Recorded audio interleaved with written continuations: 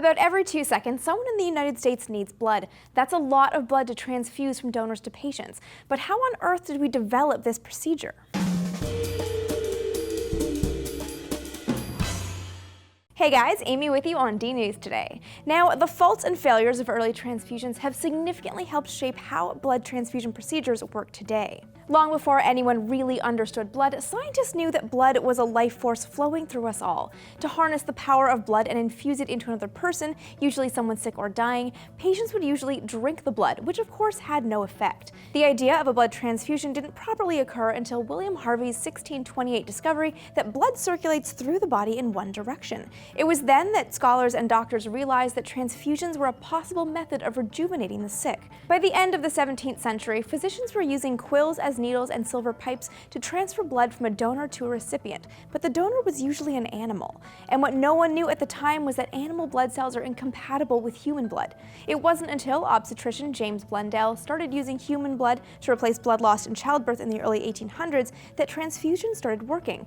At least they worked some of the time. Physician Karl Landsteiner set out to figure out why some blood transfusion patients lived and others died. This line of inquiry led him to discover the ABO blood type groups in 1901.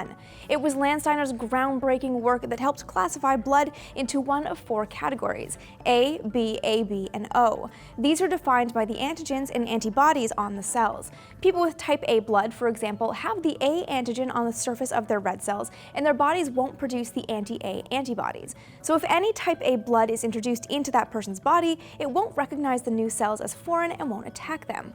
But if type B blood is injected into a type A blood person, the anti-B antibodies on the donated blood will be seen as foreign. The host body will reject the transfusion.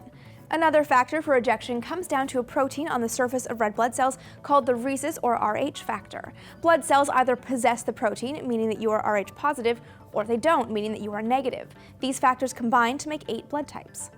Now, all of this is important because your blood type determines your compatibility with a donor. The red blood cells of people with type O blood have A or B antigens on their surface, making them a universal donor. People with type AB blood don't produce any antibodies, so they are universal recipients. But everyone else is only compatible with their specific type.